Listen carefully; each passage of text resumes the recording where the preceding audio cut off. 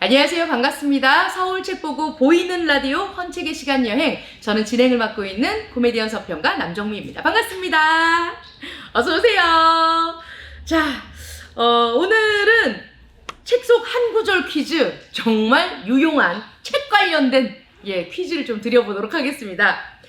책과 잘 노는 법에 대해서 얘기를 하고 있는 책이에요. 이 책은 책과 놀아보자. 책을 읽으면 우리가 얻을 수 있게 되는 게 뭔지에 대해서 말씀해 주십니다. 책 읽기가 쉼을 주기도 하고요. 또 즐겁게 노는 일이 될 수도 있다라고 얘기를 하고 있습니다. 이 책을 쓰신 백명숙 선생님께서는 전주대학교 도서관에서 30년 동안 근무를 하신 사서 선생님이신데요. 현재는 단과대학에서 행정 일을 맡고 계신다고 해요. 30년 동안 사서로 활동을 하시면서 본인이 생각하고 있었던 만났었던 책, 그리고 어떻게 접근하면 좋은지, 어떤 식으로 생각했을 때 책이 훨씬 더 우리에게 유용한지에 대해서 얘기를 해주고 계십니다. 아직 책과 친해지지 않은 사람, 또 책 읽기에 새로운 세상을 경험해보지 못한 사람들에게 진정한 독서가가 될 수 있는 방법들을 알려주고 계시거든요. 책 읽기가 결코 어려운 것이 아니다라고 얘기를 하고 있습니다. 첫 번째 챕터가 이 책에 딱 열면 가장 오래된 최초의 책은 사람이다 라고 하고 있거든요. 그러니까 인간으로 사는 내가 또 한 권의 책이 될 수 있는 것들, 우리의 인간의 경험, 삶에 대한 아주 귀하다고 평을 해주고 있는 책이에요. 그러니까 잘 살고 다른 책들을 못 볼 것 같으면 다른 사람을 또 보는 그런 책들도 소개를 하고 있거든요. 책과 잘 노는 법. 이 책 읽기를 하다 보면 다양한 사람들의 인생을 통해서 자신의 삶이 달라지는 계기도 마련할 수 있다. 자신이 또 책 한 권의 저자 또한 될 수 있다. 무엇보다 책 읽기를 통해 자신의 삶을 완전히 변화시키고 발전시킨 책 읽기의 연금술사 4인의 삶을 통해서 내면의 힘을 또 얻게 하는 그런 내용들도 담고 있습니다.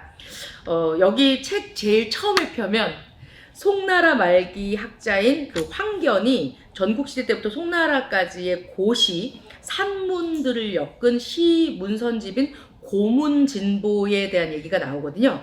가난한 자는 책으로 말미암아 부자가 되고 부자는 책으로 말미암아 존귀해진다. 요 말 들으니까 또 책이 땡기지 않으십니까? 우리에게 책과 친해지게 되는 방법을 알려주고 있는 이 책의 제목은 무엇일까요? 오늘 책 속 한 구절 퀴즈로 먼저 여는 문제 드리도록 하겠습니다.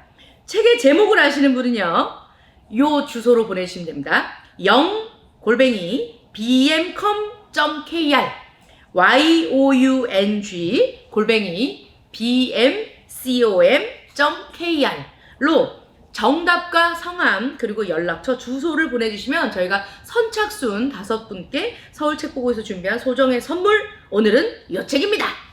백명숙 선생님의 책과 잘 노는 법, 이 책 선착순 5분께 드리도록 하겠습니다. 이 책의 제목 보내주시기 바랍니다. 자, 그럼 본격적으로 보이는 라디오 헌책의 시간 여행 시작하도록 하겠습니다. 잠깐만요.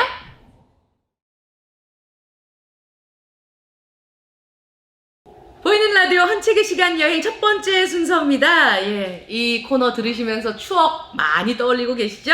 책으로 읽는 영화, 서울책보고 백민철 대표와 함께 영화로 보는 책 이야기, 그리고 그 시대 문화 이야기 나눠보겠습니다. 아이고, 벌써 나오셨네요. 서울책보고 백민철 대표님 어서 오십시오. 네, 안녕하세요. 반갑습니다. 안녕하세요. 네.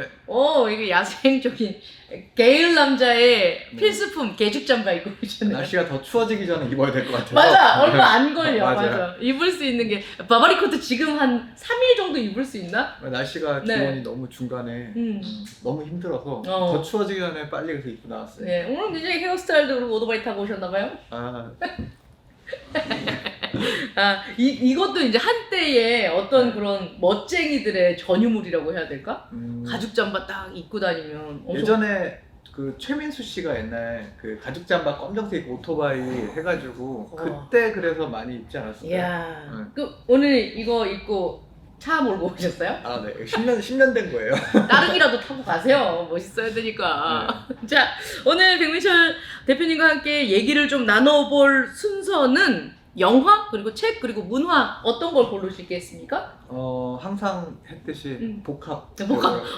복합 쇼핑몰처럼. 네, 복합 쇼핑몰처럼. 역시. 제가 지금 그 전시를 하고 있는데 네. 시대의 뒷모습전. 음. 잡지 뒤에 이제 광고들, 뭐 패션, 음악, 음식, 뭐 영화, 아니 뭐 이런 여러 가지 다양한 것들 7가지 주제를 가지고 네. 지금 전시를 하고 있어요. 예, 10월 네. 18일부터 11월 27일까지 서울책보고에서 1960년대부터 90년대 잡지 뒷표지를 네. 시대의 뒷모습전이라는 이름으로 하고 있습니다. 전시를 하고 있네요. 그 당시 때 이제 잡지 광고를 보면 네. 뭐 지금의 뭐 없어진 회사도 있고 그리고 또 지금하고 또 잡지의 어떤 비교적인 것들도 있을 수 있으니까 문구라든지 네. 그 시대의 상을 엿볼 수 있는 그런 계기가 될 수 있을 것 같아서 네, 좀 많이들 오셔가지고 이 잡지들은 다 사실 수 있는 잡지들입니다. 그래요. 네, 책보고에서 하는 전시들은 다 판매가 가능한 전시들로 네, 진행되고 있습니다. 저도 와서 진짜 한창을 쳐다보면서 엄청 재미있게 봤어요. 잡화, 음식, 기업, 이색 광고, 뷰티 패션, 책, 신문, 그리고 테크놀로지 모든 광고들이 진짜 잡지책 뒷면에 예전에 보면 많이 있었잖아요. 그 소년 챔프 만화 뒤에도 막 맞아요. 우리들의 코 묻은 돈을 빼가려고 하는 그런 서울 책보고에서 네. 제일 인기가 좋은 게 원래 잡지였어요. 지금은 잡지가 많이 없는 게 그 네. 이유가 많이들 다 사가셔서 처음 개관했을 때 잡지가 제일 많이 팔렸고 오. 저도 그때 개관했을 때 키노 잡지 키노 영화 네, 창간호부터 해가지고 득템해서 한 10개 구매했었어요 저도. 그렇구나. 네. 그때 좀 알려주시겠어요? 그때 계셨었잖아요. 네, 좀 관심이 별로 없어서. 네, 개관식도 있었잖아요. 그러니까요. 진짜 완전 진짜 보물 같은 책들이 진짜 많았는데 네. 먼저 이렇게 관계자가 다 가져갔구만. 아닙니다. 오해세요. 네. 네, 그 이후로 또 들어왔었어요. 계속해서 들어오죠. 네, 지금 많이 나갔죠. 야, 네. 그럼 오늘은 시대의 뒷모습전으로 보는 어떤 그 시대 풍경 얘기 좀 해볼까요? 그 중에서 이렇게 잡지들을 봤는데 네. 요게 있더라고요. 이게 뭡니까? VTR 광고. 비디오. 그렇죠.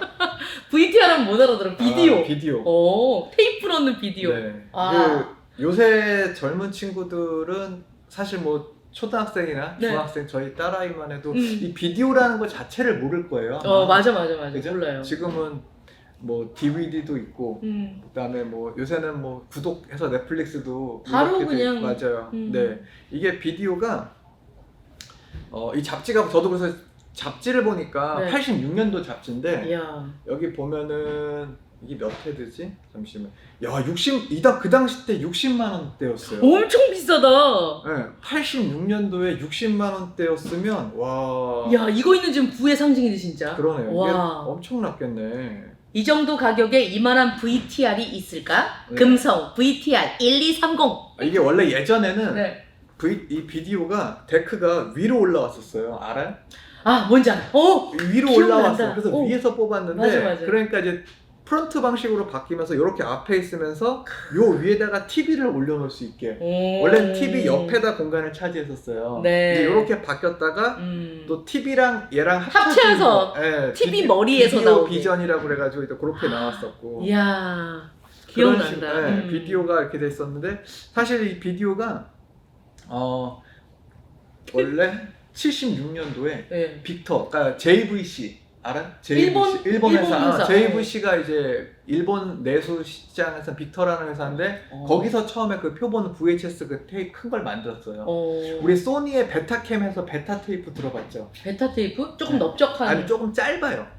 그랬다가 이제 VHS가 전체적인 그 규격 표준이 되면서 한 30년 계속 이 비디오 홈 시스템이잖아요. 약자가 VHS가. 그래요? 네, 집에서도 이제 홈 시스템을 구축한다. 홈시어터. 이제 그랬고 이제 그 대체됐던 게 근데 이게 화질이 약해. 비디오가. 맞아. 지금은 제가 한 10년 전에 비디오가 있었어요. 저는 원래 비디오 테이프를 수집하는 게 원래 취미였어요. 여기서 한 60살 됐어요? 아니, 어렸을 때 그래서 뭐 많이. 지금도 가지고 있어요. 되게 많이. 그러니까 비디오 가게들 이렇게 폐업하는 데들 가서 그 귀한 영화들 명화들 그런 거 이제 사는 그를 했었어요. 그 청계천 가서도 엄청 사고 어렸을 때부터 테이프를 이렇게 많이 수집하고 그랬었어요. 근데 이게 화질이 그러고 나서 한참 이제 DVD가 이제 생기면 하면서 화질이 되게 좋아졌잖아요. 깨끗하게 보잖아요. 근데 지금 보면은 뭐 풀 HD다, 뭐 1080이다, 뭐 4K다, 8K다 이러잖아요. 지금은 우리가 눈높이가 되게 올라졌었는데 지금 그 눈높이로 DVD를 봐도 옛날 초창기 DVD를 보면 화질이 엄청 떨어지는 거예요. 그게 SD급 화질밖에 안 돼요. DVD가. 네. 근데 해상도로 얘기를 하면은 아마 320에 240 비디오 테이프 해상도가. 우리 지금 핸드폰도 그거보다 높지 않아요? 그럼요. 네. 320에 240 화질. 정말로 그때 보면 정말 이런 화질을 어떻게 우리가 보고 여태까지 몇십 년을 그렇게 살았나 싶을 정도로 그 눈높이가 바뀌면서 한번 그랬던 기억이 나요. 제가 한 10몇 년 전에. 그러고 이제 DVD가 나오고, 그죠? 그리고 이제 왜냐면은 이제 화질을 열화라는 게 있어요. 비디오 테이프는.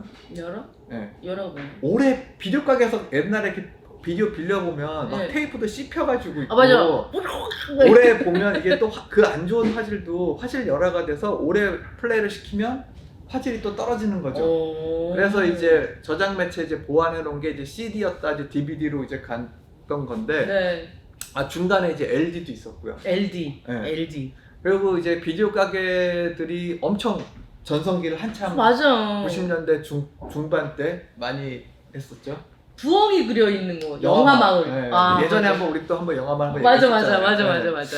그때 당시에 한 32,000개 정도 됐었대요. 비디오 가게가. 와. 그러니까 비디오 가게가 제가 기억에 한 테이프가 A급, 극장 개봉작은 A급이라고 그래요. 네, 그게 27,500원. 한 켠에 이렇게. B급, 극장 개봉 살짝 올렸다가 비디오로 단독 넘어오는 거. C급 비디오로 바로 출시되는 거. 뭐 이렇게 등급이 있어요. 테이프마다 가격대가 다른데. 네. 32,000개요. 3만 개라고 잡고 테이프가 그 당시 때 한 개만 그 3만 개가 다 깔려도 6억이에요. 27,000원. 거진 6억이 더 넘죠. 한 개당 그 전체 다. 근데 우리 옛날 막 블랙버스터 영화들 보면 비디오 가게 하나에 테이프가 최소한 3개, 5개 있었잖아요. 많이 빌려가니까 사람들이. 그러니까 그 시장도 엄청났던 거예요. 그 당시 때. 그래서 그 비디오 판권 가지고 자원 조달해가지고 비디오용 영화도 만들고 이제 그렇게 시스템이 됐었죠. 그러다가 이제 2000년도 초반부터 해서 이제 우리 그 P2P 막 사이트, 그러니까 인터넷 속도가 빨라지면서 불법으로. P2P 사이트 되면서 이제 그 PC로 이제 영화를 다운받았으니까 비디오가 이제 하락하면서 거기에 도서점까지 얹혀가면서 막 자생하는 두 개 같이 있었어요. 나중에는 이제 막 그렇게 됐었죠. 그리고 넷플릭스도 원래 첫 출발이 비디오 대여점이었어요. 진짜요? 원래 넷플릭스 자체가 비디오 대여점으로 시작했는데 원래 미국에서는 블랙버스터라는 되게 큰 프랜차이즈가 있었어요. 회사 이름이에요? 비디오 가게 이름이. 그렇구나. 영화에 보면 가끔씩 나와요. 영화에 보면 그 비디오 가게들이 나오는데 넷플릭스는 이제 거기서 뭘 했냐면은 우편 서비스를 해줬어요. DVD를 대여해줬어요. DVD를. 우편으로 DVD를 대여해주고 받고 우리나라도 그걸 따라해가지고 그런 온라인 사이트들이 좀 있긴 있었어요. 그러고 이제 지금처럼 이제 그렇게 OTT 강세 이제 기업이 된 거고. 아니 그때 약간 메추리알 만할 때 샀었어야 되는데, 그죠? 예전에 그 아까 얘기한 그 비디오 관련된 그 영화들도 많이 나와요. 거기 보면은 되게 재밌는 게 우리 옛날에 비디오 빌리면 연체료라는 게 있었어요. 맞아. 기간 동안 안 갖다 준 연체료. 연체료라고 있는데 그 연체료가 그 재밌는 에피소드가 넷플릭스는 그 연체료가 없는 거를 해가지고 처음에 시장에 성공을 했어요. 그리고 영화에서도 그 빅히트란 영화가 있어요. 빅히트? 네. 오우상 감독이 만든 건데 그 마크 웰버그 알아? 아니요. 마크 웰버그라고 되게 유명한 배우인데 이 배우가 원래 뉴키즈 언더 블럭의 도니 웰버그 형이에요. 원래 가수 출신이야. 마키 마크 펑키 번치 해가지고 원래 뉴키즈 원래 원년 멤버였어요. 저희 할아버지랑 말씀 나누시면 잘 통할 줄 알아요. 네. 아니 마크 웰버그 되게 유명한 배우예요. 마크 웰버그가 거기서 주인공으로 나오는데 되게 소심한 킬러예요. 그 소심한 킬러인데 사람들 죽이러 다니는데 비디오 가게 점원이 계속 전화해서 닥달해. 비디오 테이프 갖다 달라고. 근데 막 되게 그런 되게 우습게 좀 그런 내용도 있고. 또 존 워터스 감독의 시리얼맘이라고 있어요. 시리얼맘. 연쇄살인범 엄마라는 뜻인데 네. 엄마가 거기서도 그 이제 사람을 이렇게 막 죽여요. 연쇄. 되게 제가 말한 영화들은 되게 블랙 코미디 같은 건데 거기에서 어떤 이제 죽는 게 있는데 우리 옛날에 비디오 테이프 가면 플레이가 끝까지 되고 맨 끝에 딱 걸리면 자동으로 끝까지 처음으로 감겨져. 알죠? 근데 맞아요. 보통 우리나라 사람들은 거기까지 안 하고 그냥 갖다 주면은 비디오 가게에 그 자동차 모양이에요. 이렇게 쭉 껴가지고 올라와서 딱 맞아. 잠갔어요. TV롱 같이 생긴 거에 집어넣어서. 근데 미국은 그거를 감아주는 문화가 있었어요. 아 그래서 다 네. 갖다 줘야 돼요? 그래서 거기서 그 시리얼 맘에서 캐서린 터너가 그걸 안 감아가지고 사람을 죽이고 한마디 해요. 리와인드 하고 돌려. 감가 그러고 뭐 약간 그렇게 그런 이제 에피소드들이 비디오 가게에 대한 그런 것들이 조금 있었고. 우리나라에서는 굉장히 위험했네. 거의 다 안 돌리고 갖다 줬어. 아마 우리는 문화가 다르니까요. 예, 그래서 이제 비디오에 대한 것들이 있는데 이제 뭐 영화로 들어가면 비디오 드럼이라는 영화가 있어요. 비디오 드럼? 네, 비디오 드럼이라고 데이비 크로넨버그 감독의 영화인데 되게 기괴한 영화예요. 감독 자체가 되게 그로테스크한 감독이고 이 영화가 되게 유명한 영화예요. 그리고 그 감독이 만들었던 영화 중에 되게 신체를 되게 과학적으로 하는 그런 영화를 되게 잘 만드는데 플라이라는 영화 알아요 혹시? 플라이? 네, 파리. 플라이? 네. 잘 모르겠네요. 그 파리랑 사람하고 이제 합쳐서 커서. 네. 오. 알아 기억나요? 기억은 나는데 네. 얘기 더 하면 더 그 기억나. 감독이에요. 그거를 만든 감독이고 그리고 나서 이제 크래쉬라는 영화를 또 만들었어요. 크래쉬? 네. 들어본 것 같아요. 크래쉬. 그 자동차 사고 나는 그건데 그게 제이지 발라드 작가의 작품이에요. 그 크래쉬라는 게 되게 이것도 특이한 영화예요. 제가 이 영화를 우리나라 이 영화가 한 2년 정도 못 들어왔었어요. 그래서 제가 이 영화를 보려고 청주까지 내려가서 네, 청주까지 내려가가지고 이거를 밤에 그 심야 상영회 한다는 거를 어디 문예회관에서 한다는 걸 보고 네. 보러 갔던 기억이 나요. 새벽에 보고 차 타고 올라왔어요. 크래쉬라는 영화를 그 데이비 크로넨버그 그 약간 야한 영화 아니었나? 야한 건 아니고 네. 이거 왜 이 사람 거는 대부분 칸 영화제 뭐 심사위원 뭐 특별상도 받고 뭐 다 그렇게 상을 받아요. 그렇군요. 네, 되게 유명. 아니 굳이 찾아 내려가서 봤다고 하니. 그리고 크래쉬 영화가 맞아. 부산 영화제 1회 때 네. 상영을 했었고 그때 감독도 왔던 걸로 기억해요. 진짜? 근데 우리나라는 그 당시 때 검열이라는 제도가 있었어요. 알아요? 그 등급이 해가지고 자르잖아요. 그죠? 한 시퀀스가 날아가가지고 영화가 잘 이해가 안 되는 경우 되게 많고 등급 보류되고 막 그러잖아요. 지금은 안 그러긴 하지만 그게 영화제 때 그게 잘렸었어요. 그래서 감독이 열받았겠다. 그래서 그게 이슈화가 되면서 영화제에서 하는 영화들은 등급 보류 그걸 제한을 해달라고 그게 촉발돼가지고 그래서 그 이후로 영화제에서 하는 영화들은 아마 등급 없이 그냥 일시적으로 틀고 했던 걸로 제가 기억을 해요. 그 1회 때. 근데 요번에 부산영화제가 코로나 이후로 한 올해가 지금 27회인가 그럴 거예요. 엄청 크게 했죠. 여기 야외 상영할 때 이 감독의 신작 미래의 범죄라는 영화가 야외 상영일 때 했어요. 이번에. 와, 맞아. 감회가 새로웠겠어요. 근데 제가 그렇게 좋아하는 감독 아니에요. 청주까지 가서 봤다고. 이 감독은 약간 좋아하는데 호불호가 갈려요. 일반인들은 도저히 이 사람에 대한 그 영화 철학이나 이걸 이해할 수도 없고 매니아들은 되게 좋아하고. 그러니까 파리하고 인간하고 합치시키고. 뭐 약간 그런 스타일 감독인데 약간 다르긴 해요. 그래서 그런 스토리가 있었고 아까 그 방금 얘기한 그 크래쉬에 대한 이거 이론으로 들어가면 되게 길어져서 여기서 짧게 끝낼게요. 크래쉬 이론에 대한. 근데 이 크래쉬의 원작을 쓴 그 작가가 있어요. 제이지 발라드라는 작가인데 원래 우리나라는 되게 유명하진 않은데 영국에서는 되게 유명하고 어떤 그 영국 문학사에도 되게 좋은 그런 우수한 뭐 그런 좀 추앙받는 그런 작가긴 해요. 근데 이 작가가 원래는 유명하지 않았다가 그 크래쉬가 이제 데이비 크로넨버그한테 영화화되고 또 하나 작품이 영화화돼요. 그 예전에 한번 우리 같이 한번 얘기했던 영화인데 스티븐 스필버그의 태양의 제국. 태양의 제국. 한번 기억나죠? 네네네. 태양의 제국에서 그 2차 세계대전 때 소년이 그 포로 수용소에 영국인 소년이 포로 수용소에 갇혀가지고 거기서 일어나는 그 어떤 그 작품을 썼어요. 그래서 그게 영화가 되면서 이 작가가 유명해졌고 그 소년이 작가의 개인 자서적인 얘기예요. 실제로 그 상하이에서 태어나서 그때 해에 영국 그 2차 대전이 일어나면서 수용소에 갇혀 있다가 16년 동안 거기에 있다가 그 해에 영국으로 다시 돌아가요. 대단하다. 네, 그래서 그 본인 거기에 있던 얘기들을 가지고 이제 썼던 건데 그 발라드 작품은 그 어떤 하나의 강렬한 이미지에 매혹이 돼서 이 변해가는 사람들의 어떤 이미지나 그런 것들을 되게 잘 묘사해요.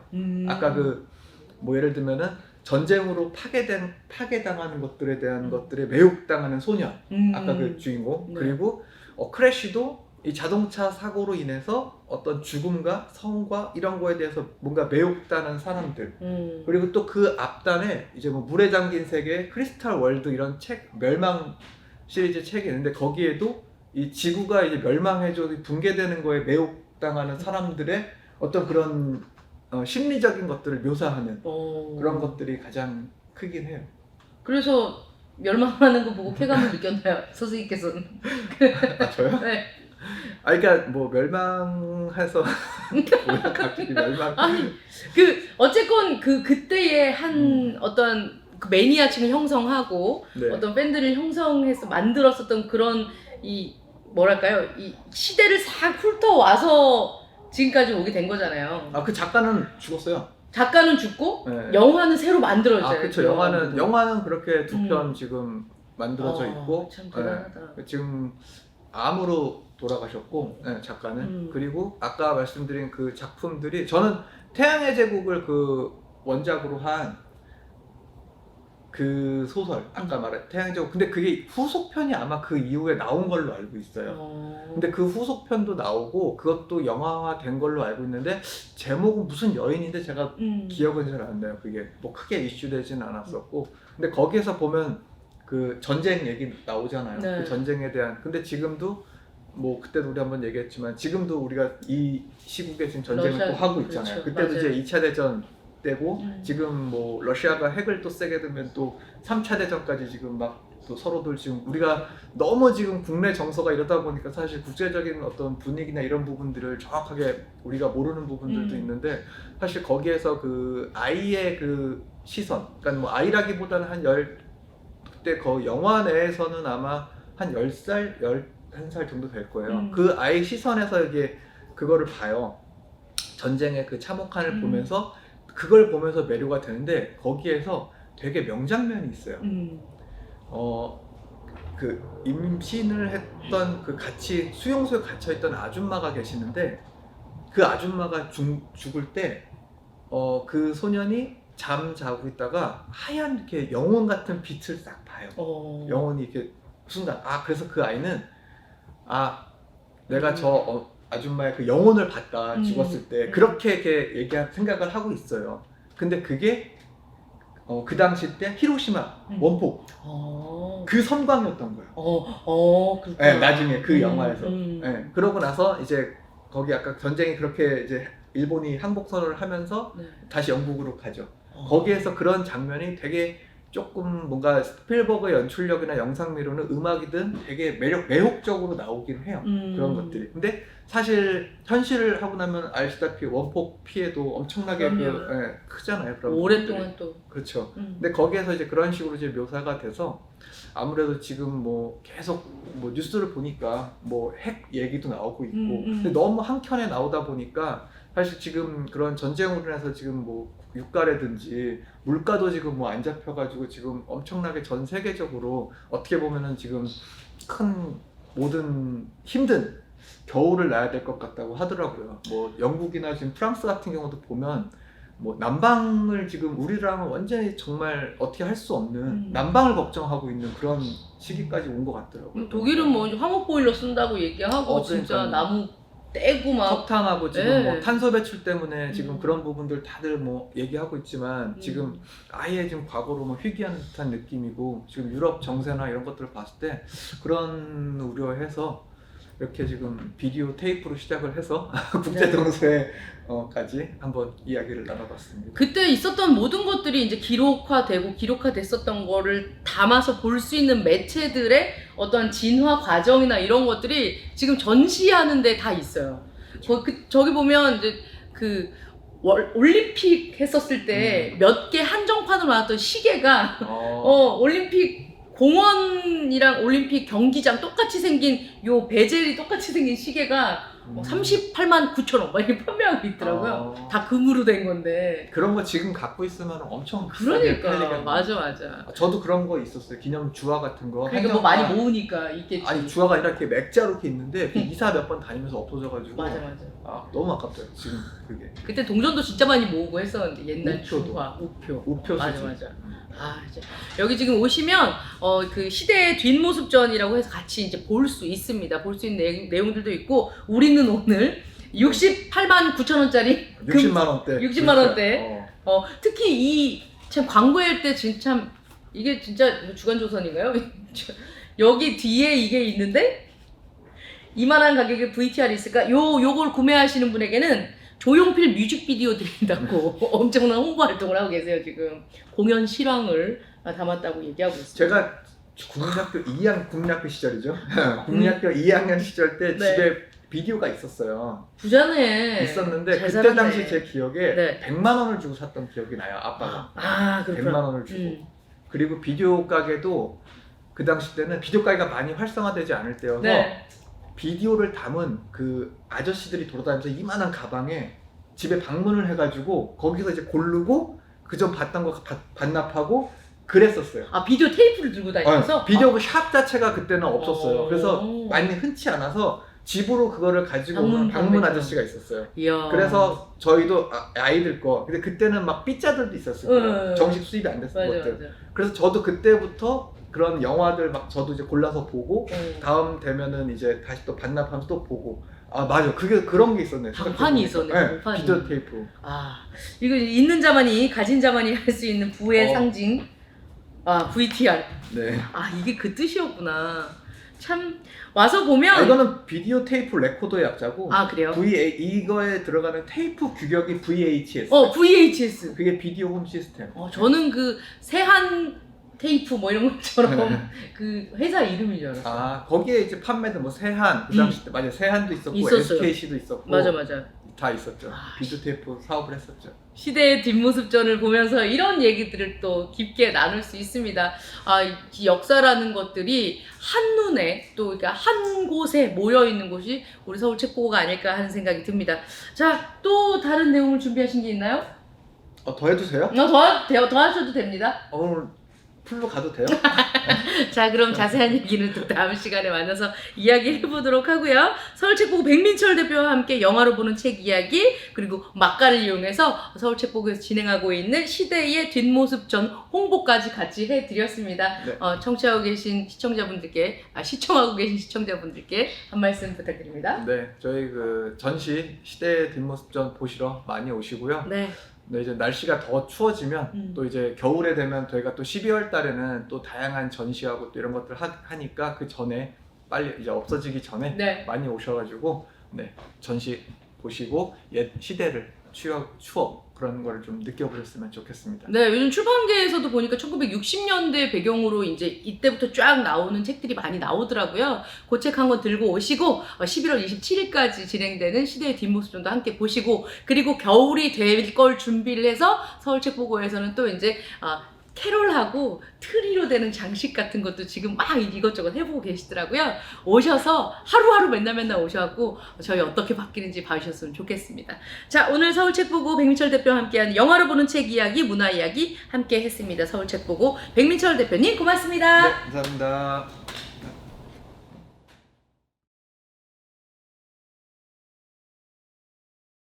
네, 서울책보고 백민철 대표님과 함께하는 영화로 보는 책 이야기 재밌게 들었습니다. 자, 두 번째 시간이지요. 두 번째 시간은 최종규 선생님, 숨노래 선생님과 함께하는 헌책방 이야기 해볼 텐데요. 오늘은 우리 최종규 선생님이 우리를 어디로, 어떤 보물의 숲으로 보내주실지 최종규 선생님 소개합니다. 어서 오세요. 반갑습니다. 반갑습니다. 아이고 선생님. 아이고.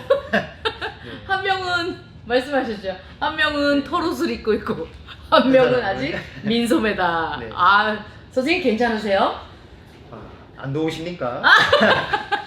선생님 언제까지 이 교복 입으실 거예요? 하복을 이제 동복으로 바꿔야 될 때가 오지 않았나요? 다음 달에는 반소매를 입을까? 반소매. 네. 여기까지 다 덮어주시는 경우는 없군요. 눈이 내린다면은 생각해 볼게요. 그래요? 네. 선생님 뭐 이게 뭐 예전에 중국 영화나 이런 데 보면 뜨거운 모래 막 지져놓고 거기다가 손 집어넣고 철사장 이러면서 더 단련시키고 하는데 요쪽 팔 다리들 민소매도 있고 바지 굉장히 짧은 바지 입고 다니시거든요. 단련이 다 되었을까요? 여기 서울 책보고를 네. 사랑하시는 분들, 또 나라 곳곳에 있는 책집을 다니시는 분들, 네. 자가용을 버리십시오. 어허. 그리고 짊어지고 다니십시오. 그러면 건강하다. 네. 그러면은 가을이 깊어가도 저 못지않게 건강하게. 네. 진짜 굉장히 건강하세요. 딱 보면. 해와 바람을 먹으면서 이렇게 물어볼 수 있죠. 저는 이슬을 먹는데 네. 우리 선생님께서 해와다를 먹으면서. 알겠습니다. 종기 선생님, 네. 사실 저희가 지금 오늘 방송하고 있는 날 이게 발표가 됐는데요. 네. 2021년 20대의 평균 독서량을 조사를 했는데 연평균 8.8권. 그래도 꽤 많이 읽지 않나요, 우리 20대들은? 1년간 책 한 권 안 읽는 성인이 46.9%. 와. 근데 2011년에는 73.7%였거든요. 네. 굉장히 많은 수가 확 줄었죠. 그래도 8.8권 정도면 20대들이 좀 많이 끌어올리고 있지 않나 하는 생각이 드는데, 그러면서 이 표를 보고 책 안 읽는 대한민국이라고 이렇게 대체가 나왔더라고요. 네. 선생님께서는 옛날부터 책을 좋아하시고 하셨던 이 입장에서 또 헌책방을 운영하고 계시잖아요. 아니, 헌책방을 다니죠. 예, 다니고 있는 이 와중에 봤을 때 책 읽는 사람들이 정말 줄고 있다는 걸 느끼시나요? 읽는 사람이기도 하지만 네. 쓰는 사람으로서 네. 잘못했습니다. 왜 잘못하셨어요? 읽고 싶은 많은 책을 못 써서 안 읽지는 않을까요? 저는 그렇게도 생각합니다. 역시 선생님 덕분에 건강한 마인드가 또 자리 잡게 됩니다. 안쪽만 생각했더니 또 책 쓰는 사람의 입장에서도 또 이렇게 고려를 해볼 수 있군요.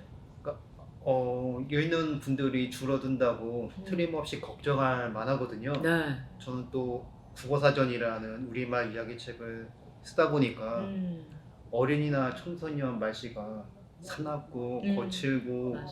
그런다고도 말씀 많이 하는데, 그렇다면 제가 되묻는 말은 늘 한 가지예요. 어른들은 어떤 말을 쓰십니까? 어른들한테서 배우잖아요. 맞는 말이네요. 사납고 거친 그런 말씨들을 어른이 먼저 쓰니까 어린이 청소년도 그렇게 쓰듯이 나날이 책을 읽는 사람이 줄어든다면 볼만한 다른 선전하던 유튜버도 있겠지만은 그보다 마음을 사로잡을 만한 이야기가 흐르는 책이 줄어들고, 어떻게 보면 조금 더 안타깝지만 장사에 좀 가깝다든지 대학 입시나 이제 그런 쪽으로 좀 치우친 책들이 조금 더 많아서 아무래도 멀어질 수도 있지 않을까, 그렇게도 생각합니다. 계속 징징거리고 있었는데 죽비로 한 대 탁 맞은 것 같은 그런 느낌이 듭니다.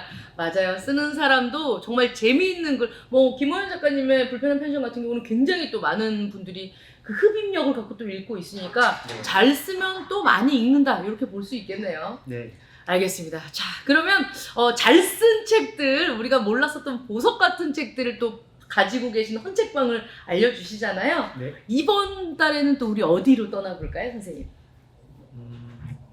멀리 가기보다 가까이에서. 요즘 계속 다니는 거 귀찮아하는 것 같은데. 아닙니다. 어디로 가볼까요? 춘천하고 춘천, 속초하고 속초. 정읍 이야기를 할까 하다가 네. 그보다 서울 이곳 이야기를 해야겠다고 생각했어요. 서울. 네. 그러면 서울에 있는 헌책방을 가볼까요? 네. 떠나보시죠. 어딜 먼저 갈까요? 서울에서 두 곳을 이야기할 텐데요. 네. 하나는 용산에 있는 뿌리 서점입니다. 뿌리 서점. 네. 이 뿌리 서점이 제가 듣기로는 1974년부터 사장님이 다른 헌책방에서 견습으로 배우셨고 이듬해부터 혼자서 가게를 내서 하신 걸로 들었어요. 네. 그러니까 거의 50회가 되었죠. 오. 다만 그 큰 사장님이 크게 알아두어서 이제는 잘 걸어다니지도 못하시고 아이고 저런. 말도 거의 못하세요. 음.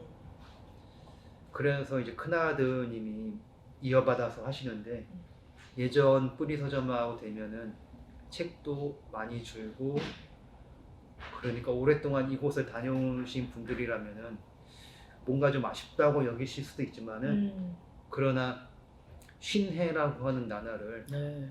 헌책 하나로 이어주고 다시 살려주고 만나도록 해주는 곳이 뿌리 서점이에요. 네. 뿌리 서점에서 제가 그동안 산 책이 숫자를 잘 세진 않지만은 얼추 헤아를 보면은 한 6,000권쯤은 뿌리 서점에서만 사지 않았을까? 더 샀었는지도 모르겠어요. 오. 아무튼 대단히 많이 이곳에서 어마어마하게 책 바다를 누려왔고요. 네. 그 가운데 뭐 더 떠오르는 책을 하나 몇 가지만 들어본다면은 사진 작가 김기찬님이 돌아가신 다음에 그분 책이 어느 갤러리에 들어갔다가 통째로 버려진 적이 있어요. 그 책들을 이제 만난 적도 있기도 하고 네.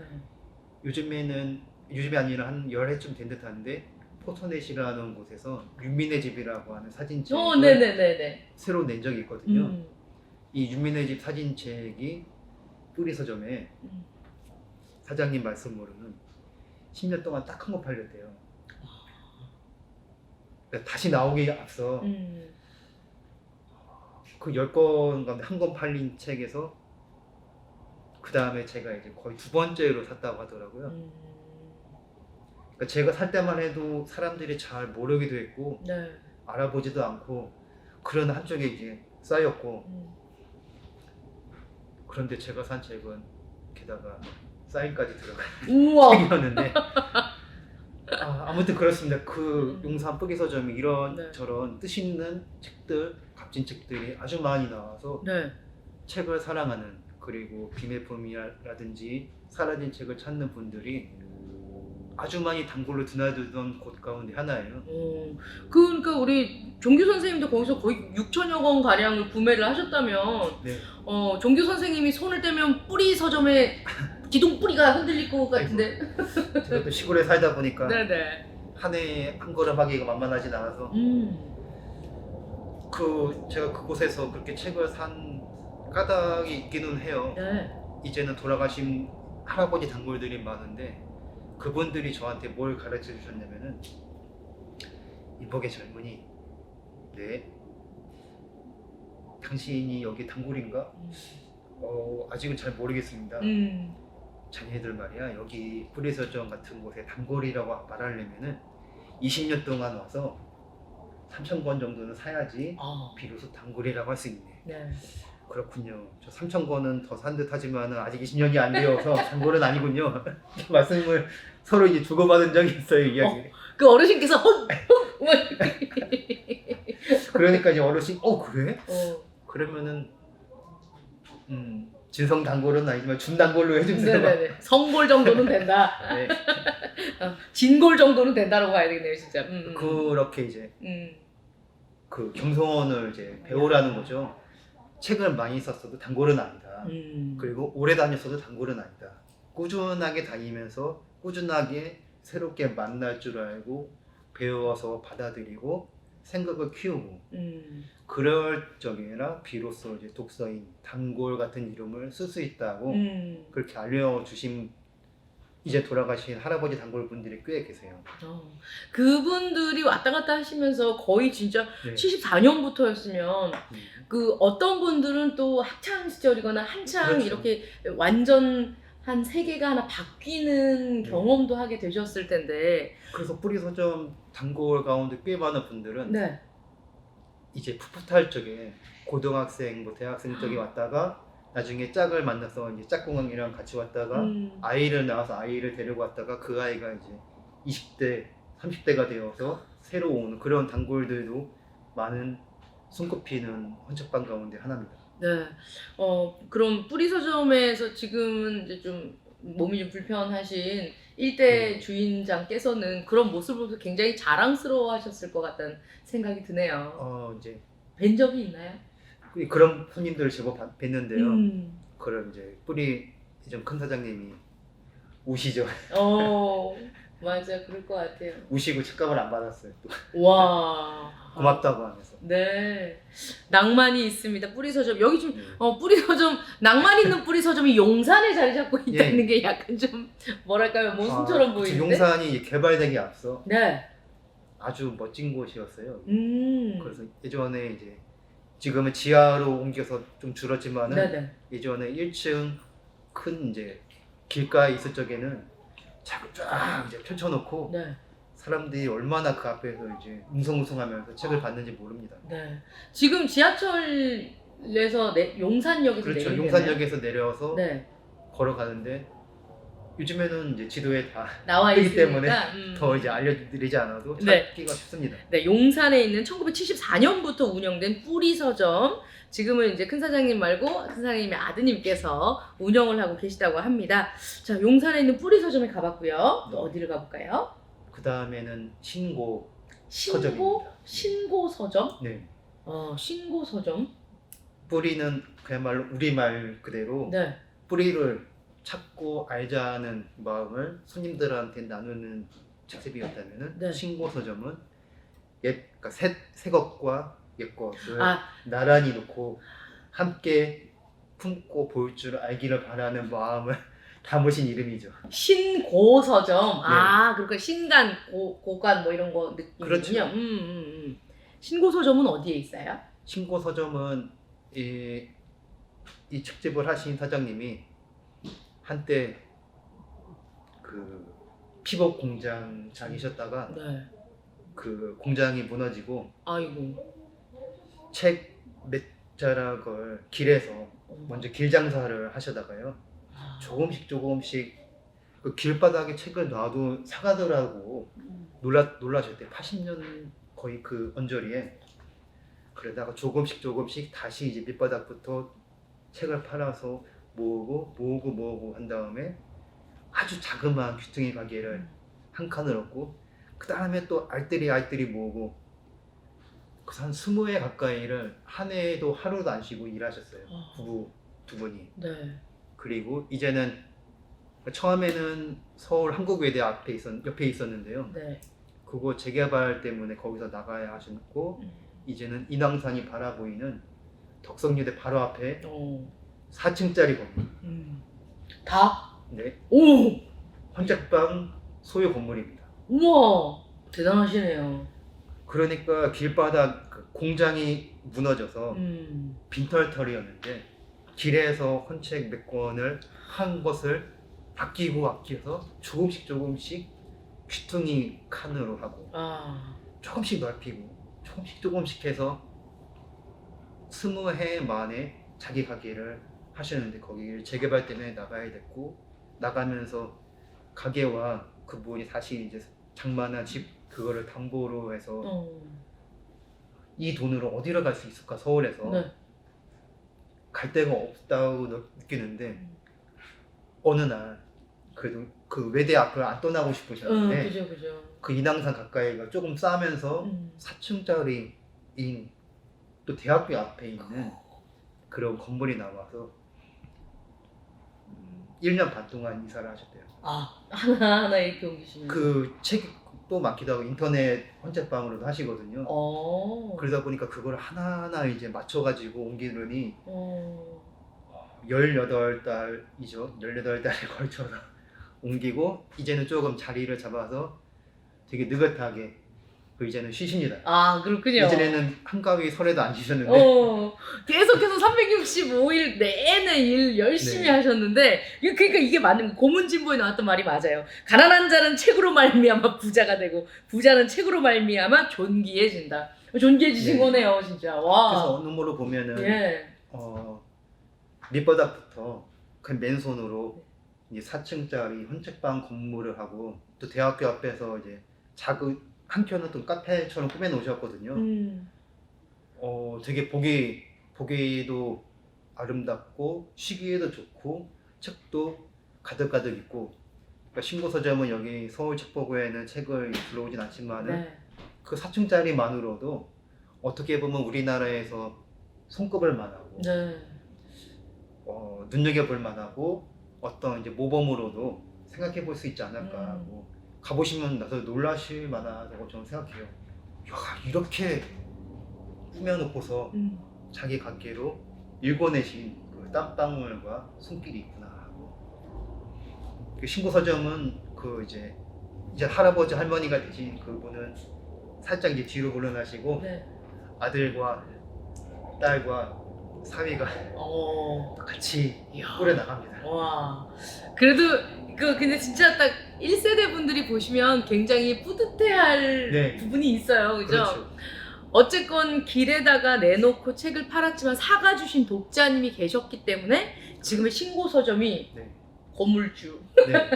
그리고 안전한 곳에서 마음껏 헌책을 보러 오시고 팔 수 있지 않나 하는 생각이 드네요. 그래서 신고서점에 갈 적에는 먼저 이제 인왕산을 딱 이렇게 보고 산도 있고 산도 있고. 서울인데도 네. 조용하면서 바람도 맑고 그리고 책도 있고 좋구나 하고 누리실 수 있습니다. 네.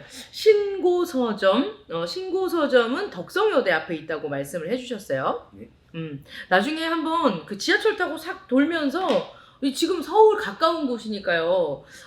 뿌리서점과 신고서점 가서 책을 좀, 근데 가격대는 어느 정도 될까요? 싼 책이라면은 요즘에는 가장 싼 책이면은 2-3천 원쯤 그래요? 할 테고요. 네.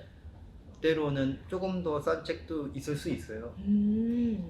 그리고 이제 드문 책이나 재미있는 책들은 조금 더 웃돈을 받죠. 네. 이를테면은 이제 여기 오늘 서울책보고에 오기 앞서 보름쯤 앞서 예. 신고서점에 다녀왔는데요. 네. 저한테 있지만은 그래도 한번 저런 겉그림, 저런 표지로도 있었나 싶어서 슬쩍 들춰본 책 가운데 하나가 장정일 님이 쓴 햄버거에 대한 명상이었나? 첫 시집이잖아요. 네. 난 이 표지로 된 책이 없는데 하면서 이제 안을 펼쳤더니 그 송글씨가 있더라고요. 조아무개 시인한테 드린다고 하는, 그러니까 이제 막 그 새내기 장정일 시인의 장정일이 그때 이제 중견 어느 시인한테 드린 그 시인이 돌아가셨어요. 그러니까 그 분이 돌아가셨기 때문에 그 유족들이 이제 좀 이제 그럴 때는 다 책을 치우니까요. 네. 너무 많이 쌓여서 그렇게 이제 그 분이 받은 다른 여러 사람한테 받은 송글씨 책이 여러 있더라고요. 그래서 뭐 제가 혼자 다 사면 안 되고 9권만. 네. 자, 오늘 뿌리서점과 신고서점 두 군데 가깝네요. 서울이에요, 서울. 예, 서울에 있는 유서가 깊은 두 군데 서점을 둘러봤습니다. 최준기 선생님, 네. 또 하실 말씀이 있으신가요? 오늘도 네. 우리가 되새길 옛 분을 기리는 작은 글을 써왔죠. 네. 코너 속의 코너, 최준기의 동시라고 해야 될까요? 네, 동시입니다. 네, 동시 시간입니다. 그러고 보니까 이분이 남씨인 분인데 아실려나 모르겠네요. 누굴까요? 남자현 선생님. 네. 그 총 잘 다루셨던 그런 독립군이라고 해야 될까요? 예, 그렇죠. 아십니까? 독립운동을 할머니 나이에 하신. 네. 남자현 선생님. 왜 남자현 선생님을 생각하면서 시를 쓰셨어요? 제가 전남 고흥에 살지만요. 네. 경상도로 옮겨갔으면은 경상북도 영양으로 갈 생각이 있었거든요. 근데 경상도와 전라도를 저울질하다가 전라도에서 삽니다만 바로 그 경상북도 영양에서 태어나고 자라신 분이 남자연님이고, 네. 남자연님 그 아버님이 예전에는 이분이 태어나신 해가 네. 1872년이라서 가시내는 거의 배울 수가 없는 때였는데도 똑같이 그 배우기를 틔워주셨다고 하더라고요. 와. 그래서 그렇게 어릴 적부터 똑같이 배우시고 삶을 읽을 줄 알았고 그 저거 마신다면은 제가 좀 군더더기가 말 같지만은 네. 그 이 남자애님이 이른 나이에 이제 시집을 갔지만은 그 짝이 의병 운동을 하다가 일찍 또 죽었거든요. 일찍 돌아가셨죠. 그래서 혼자 젊은 나이에 혼자서 아이를 돌보고 집안일을 하는데 그러니까 한편으로는 논밭을 읽으면서 집안을 먹여 살리고 아이를 가르치고 그렇게 한 다음에 이 아이가 아들이 어느 만큼 큰 이제 젊은이가 된 뒤에 아들더러 아들아 만주를 가라. 아들 내가 먼저 만주에 가서 자리를 알아보고 어머니를 불러라. 독립운동하자. 그렇게 하신 분이죠. 아주 훌륭하십니다. 네. 남자현 선생님. 네. 자, 남자현 선생님의 그런 어떤 깊은 나라 사랑하는 마음, 그런 어떤 배포 이런 거 때문에 독실 쓰신 걸까요? 배포라기보다 네. 두 가지 여러 가지를 같이 하셨거든요. 네. 아이를 사랑으로 이제 돌보는 길이 하나 있고 농사를 지으면서 스스로 살림을 짓고 이렇게 하면서 돈을 이제 모으면 이 모은 돈으로 독립운동 군자금으로 다 기꺼이 내놓으셨고 만주에서도 다들 그랬다고 하더라고요. 거기서는 다 빈몸으로 가지만은 돈이 없잖아요. 알고 보면은. 네. 그래서 거기에 이제 황무지 같은 그런 땅을 조선 사람들이 괜히 한자로 다 일구원해서 논밭으로 바꾸고 그렇게 해서 자급자족을 하고 곡식을 내다 팔아서 버는 돈 조금 남는 돈으로 독립운동에 보태고 그게 이 대목까지는 잘 알려지지 않은 듯 하더라고요.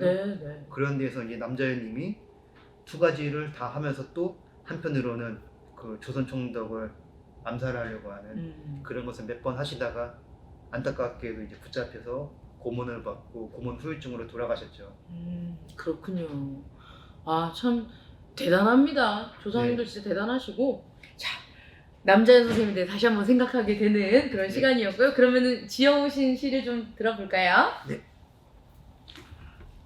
남자현 며칠씩 굶으면 순이도 도리도 배고파 가시에 찌르면 지렁이도 새도 고래도 아파 서로 이웃이라면 총칼을 들이밀까 주먹을 휘두를까 말그를 빼앗을까 삶을 잊어 살림을 잃고 사랑을 잊어 숲을 밟고 삶을 그려 살림을 짓고 사랑을 그려 숲을 품어 아이 낳아 돌보는 어버이 밭 가꾸고 어질기에 어른 나라 잃어도 마음 잊지 않아 나를 지키고 마음 일으킨다. 이렇게 갈무리를 했습니다. 네. 아, 남자연 선생님의 얘기까지 네. 또 흘러 왔습니다. 예, 오늘도 최종규 선생님과 함께하는 헌책방 이야기 그리고 최종규의 코너 속의 코너 동시 같이 읽기 한번 해봤습니다. 종규 선생님 오늘 나오셔서 감사합니다. 저도 고맙습니다. 고맙습니다.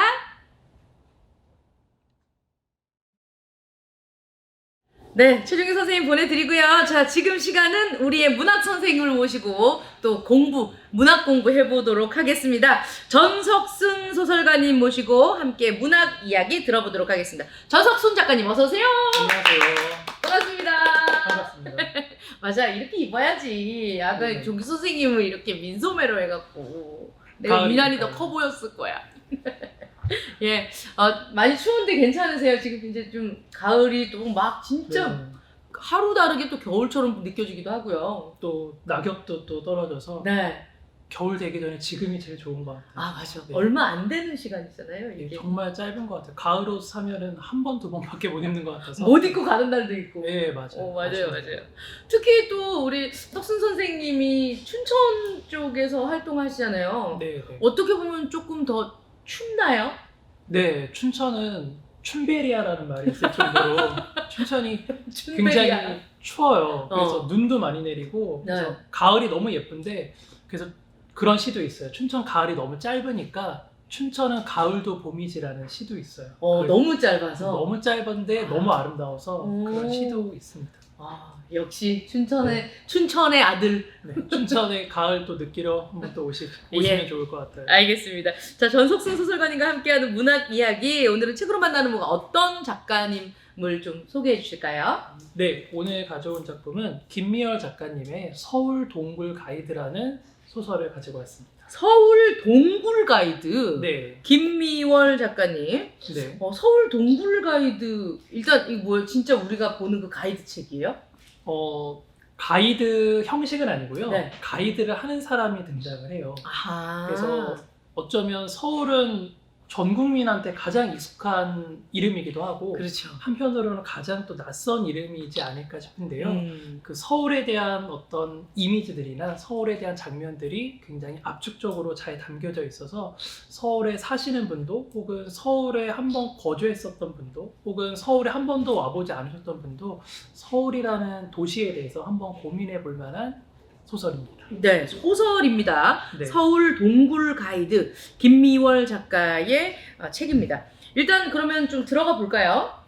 서울 동굴 가이드라는 책에는요 화자가 등장을 해요. 네. 근데 서울 동굴 탐험관이라는 곳이 있어요. 실제로 있는 곳은 아닌 것 같더라고요. 네, 우린 체험관 이런 거 많이 듣잖아요. 네, 그래서 거기서 이제 동굴 가이드를 해주는 직업을 하고 있는데요. 인공 동굴이에요. 네. 그러니까 우리가 왜 석회 동굴을 가려고 하면 좀 강원도 쪽으로 멀리 떠나야 되잖아요. 네네. 그러니까 좀 더 효율적으로 움직이기 위해서 아. 서울 안에 석회 동굴을 인공으로 만들어 놓은 거죠. 요거 만들어도 괜찮을 것 같은데. 네, 듣고 계십니까, 서울시? 네.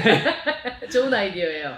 그래서 거기에서 이제 동굴 가이드를 하고 있는데 사람들이 많이 오지는 않습니다. 그래서 아이들이 방학숙제 하러 오거나 좀 관람객들이 적은데 관람객들의 불만 중에 하나는 입구와 출구가 똑같이 이루어져 있어서 나와도 뭔가 관람을 한 것 같지 않은 새로운 풍경이 펼쳐져야 되는데 똑같은 풍경이 펼쳐져서 좀 아쉬워합니다. 근데 이 서울 속에 있는 이 인공동굴이 마치 서울이라는 도시의 이미지를 압축한 것처럼 보이게 돼요. 이 인물의 입장을 따져보게 되면 네.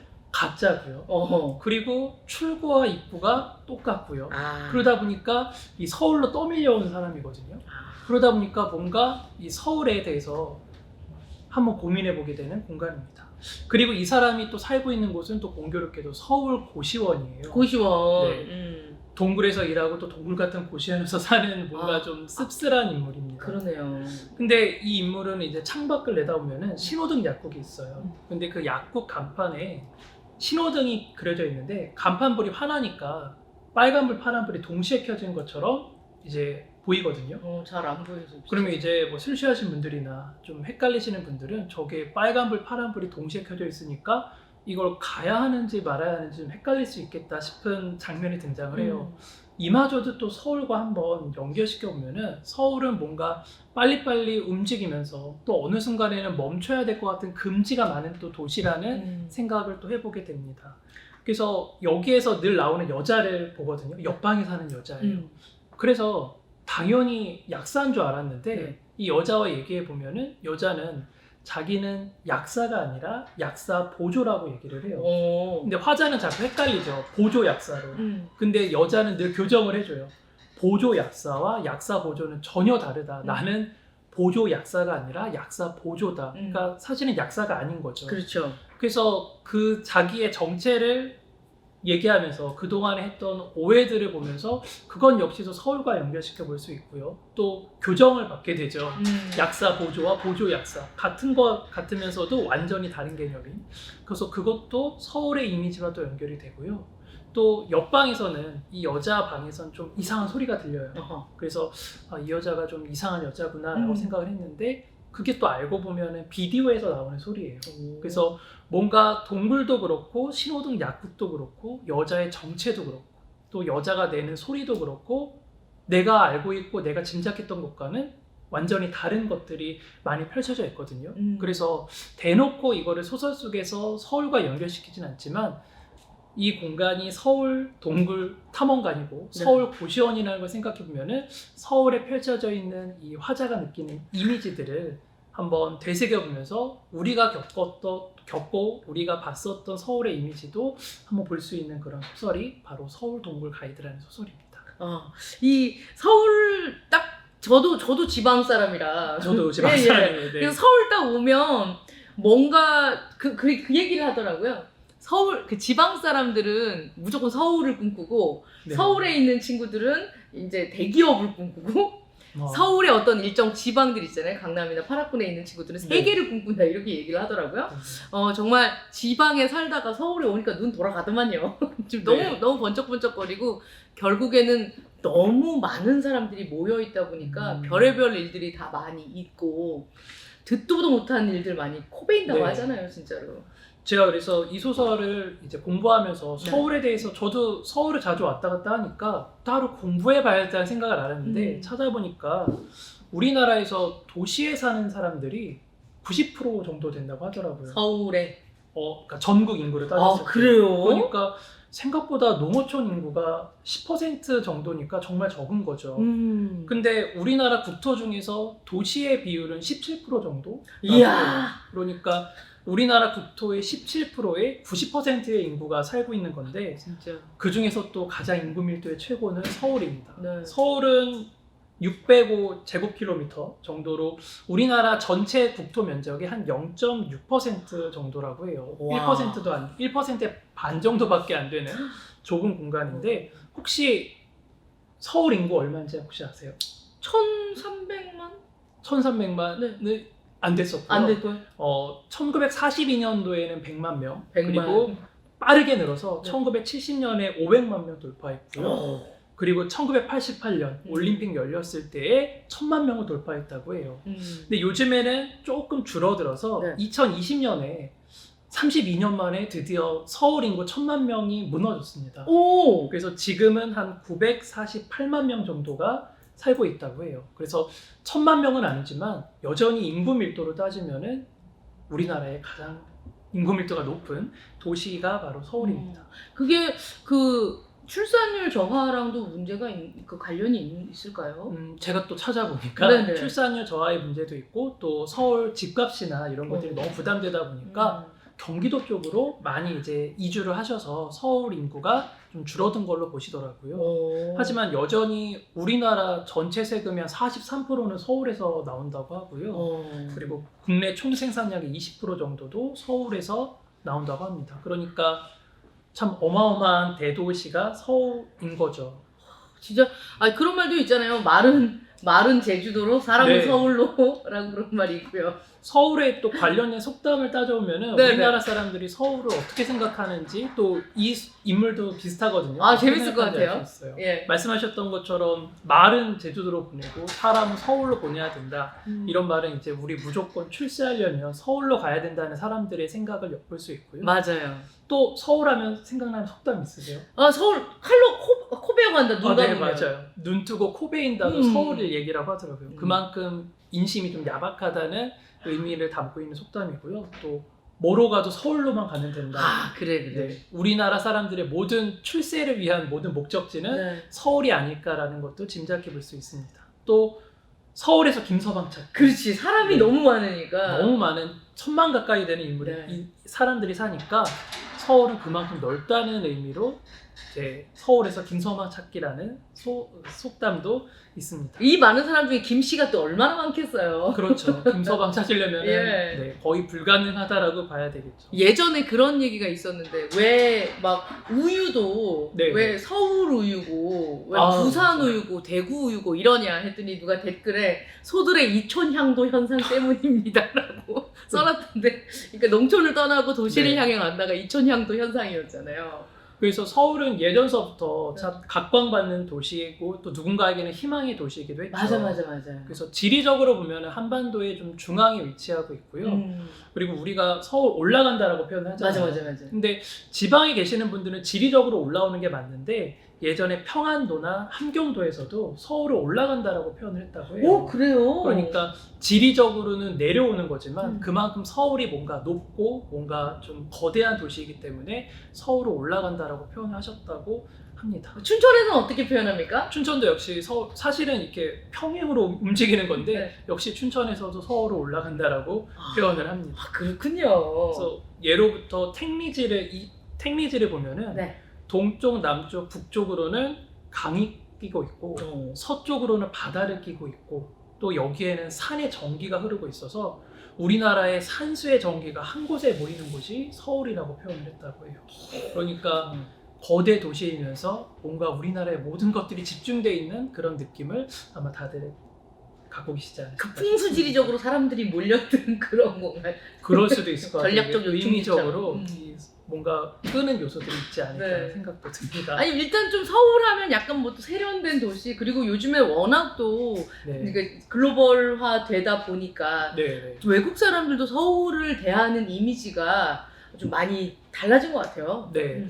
서울 도시 브랜드를 보면은 네. 그 과정들을 좀 살펴볼 수 있을 것 같아요. 아 재밌겠네요. 예. 요 책 표지에도 잘 안 보이실 텐데 조그맣게 하이서울이라는 요 도시 브랜드가 있어요. 아 하이서울 있다. 네, 맞아 많이 맞아. 기억하실지 네네. 모르겠어요. 요 확대해 보면 이렇게 하이서울이라는 기억나요. 도시 브랜드가 이렇게 있거든요. 손 흔드는. 네, 이게 2002년부터 13년간 쓰인 도시 브랜드라고 해요. 오. 근데 이게 약간 영어적인 표현에서는 약간 좀 어색한 표현이라고 하더라고요. 네.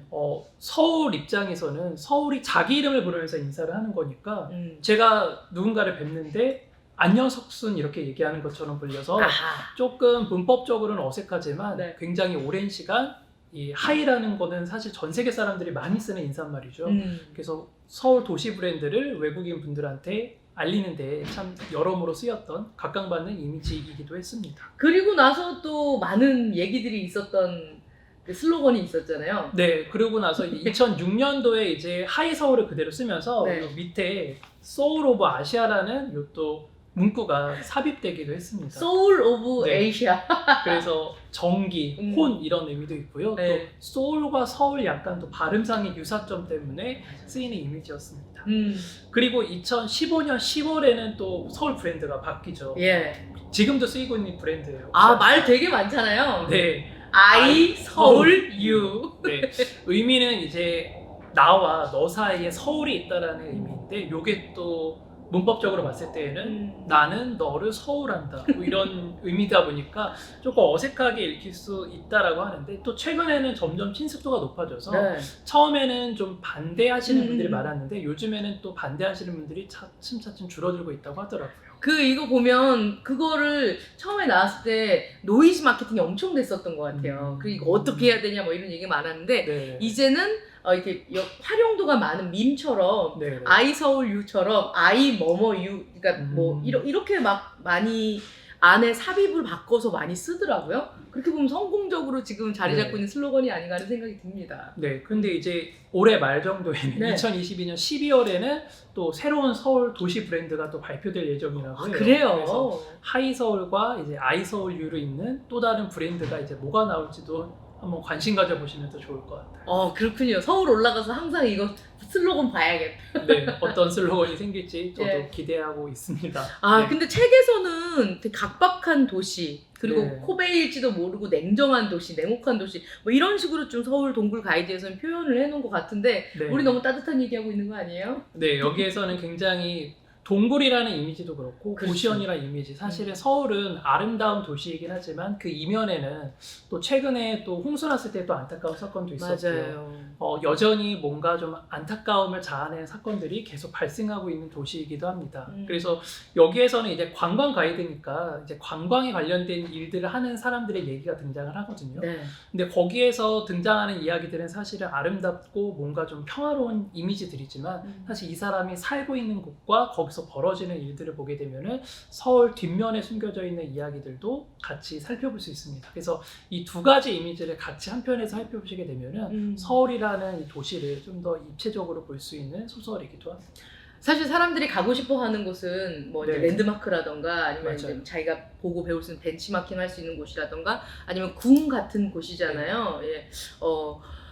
얼마나 화려합니까? 네. 설명할 때는 얼마나 또 예쁘게 또 설명을 할까요? 근데 다시 또 이 스포트라이트가 꺼지고 집으로 돌아올 때는 네. 또 동굴 아닌 또 다른 동굴로 들어가는 작가의 모습, 그 화자의 모습들이 생각이 나네요.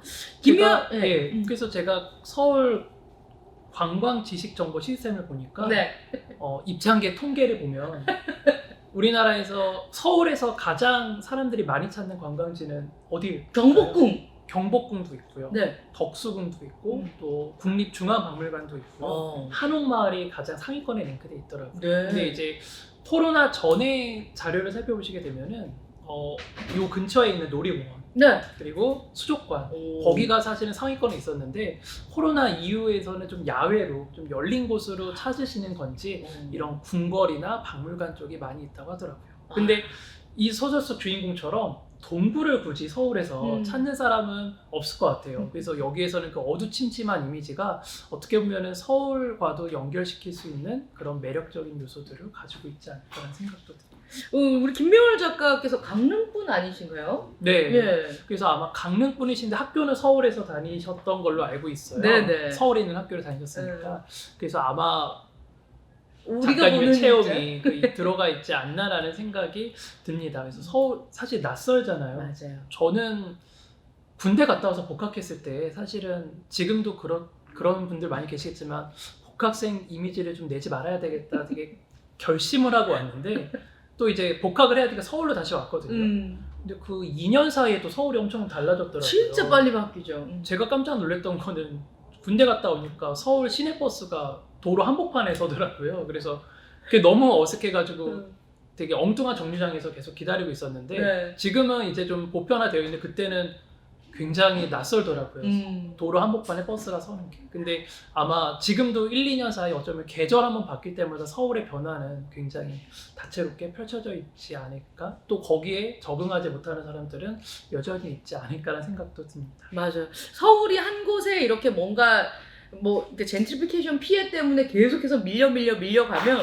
그걸 보면 또 문화가 여기가 뭐 융성했다가 그 다음에 네. 요 동네가 융성했다가 그 다음에 요 동네 그러면 집값 오르는 걸 보면 같이 맞아요. 또 이동을 하게 되는 것 같더라고요. 예전에 뭐 여의도 같은 곳은 그냥 모래땅이어서 굉장히 애물단지였다고 해요. 그래서 예전에는 그냥 염소나 양 키우는 정도로 쓰였다고 하는데 그때 그래요? 땅을 샀어야 됐는데 못 샀네요.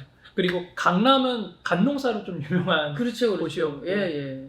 이 주변 잠실 일대는 뽕나무 밭으로 유명한데 지금은 사실은 예전 모습을 상상할 수 없을 정도로 많이 변화했죠. 맞아요. 잠실은 뽕잠자에 방실자 써가지고 네. 잠실이잖아요. 아, 근데 의미가 또 그렇게 되는군요. 예. 그리고 이제 정약용 선생이 자식들한테 이 뽕밭을 사라. 그게 돈이 좀 된다. 이렇게 얘기를 했었던 기록도 있습니다. 성견 지명이 있으셨던 것 같아요. 잠실 좋은 동네네요. 네. 네. 좀 더 얘기해 주실 만한 게 있을까요? 우리는 어쨌든 다들 어떤 도시나 어떤 공간에 다들 살고 계시잖아요. 네. 공간이 아닌 곳에 살고 계시는 분은 안 계실 거예요. 근데 그 도시의 이미지를 그냥 객관적으로 보는 것뿐만 아니라 문학 작품을 통해서 보시게 되면은 내가 알고 있는 도시의 이면적인 모습들이나 몰랐던 이미지를 아실 수도 있고요. 또 내가 가보지 않았던 도시라고 하게 되면은 그 도시의 좀 생소한 이미지가 좀 익숙하게 바뀌기도 합니다. 그래서 도시라는 공간에 우리나라 사람들이 아까 말씀드렸던 것처럼 거의 대부분 90% 이상 도시에 사시는 만큼 도시라는 이 이미지를 문학 작품을 통해서 보시게 되면은 도시에 대한 생각과 도시에 대한 마음이 좀 더 깊어지고 또 달라질 수 있지 않을까 싶습니다. 네. 오늘 전석순 작가님과 함께하는 문학 이야기는 김미월 작가의 서울 동굴 가이드를 통해서 서울의 의미와 또 서울의 관광지들 또 그 안에 살고 있는 동굴에서 또 다른 동굴로 옮겨가고 있는 현 시대의 상황을 좀 살펴봤습니다. 일종의 서울 책 보고도 되게 화려한 동굴 같지 않아요? 네, 제 생각에는 한 2023년쯤에는 관광 순위에 1, 2위에 랭크되어 있지 않을까 진짜? 기대해 봅니다. 네. 네. 정말. 그리고 나서도 나를 버리지 말아야 될 텐데 우리를 버리지 말아야 될 텐데 서울책 버리진 않겠죠. 네. 예, 알겠습니다. 서울 동굴 가이드를 알아보면서 전석순 선생님과 함께 또 얘기를 나눠봤습니다. 우리의 문학 선생님 전석순 작가님 오늘 고생 많이 하셨습니다. 고맙습니다. 감사합니다. 네, 보이는 라디오 헌책의 시간 여행 저희가 준비한 순서는 여기까지입니다. 오늘도 책과 관련된 얘기들도 풍성하게 여러분과 같이 얘기를 해봤습니다. 출연해주신 모든 분들께 또 사랑과 감사와 존경의 말씀 보내고요. 처음부터 끝까지 봐주신 우리 시청자 여러분들께도 존경의 마음을 전하도록 하겠습니다. 정답 발표하면서 선물 나눠드릴게요. 책 속 한 구절 퀴즈 보이는 라디오 오프닝 퀴즈였습니다. 책과 잘 노는 법에 대해서 얘기하고 있는 이 책은 무엇일까요?가 문제였는데요. 정답은 책과 잘 노는 법, 백명숙 작가의 가림 출판사에서 나온 책이었습니다. 예, 선착순 5분께는요 저희가 따로 통보를 해드리도록 하겠습니다. 여러분 빨리빨리 보내주신 분 진짜 대단하다는 말씀드리고요, 고맙다는 말씀도 드리겠습니다. 오늘 순서 여기서 마무리 짓고요, 저희는 다음에 또 다시 찾아뵙겠습니다. 건강하시고 감기 조심하세요. 우리 그럼 다음 시간에 만납시다. 안녕히 계십시오.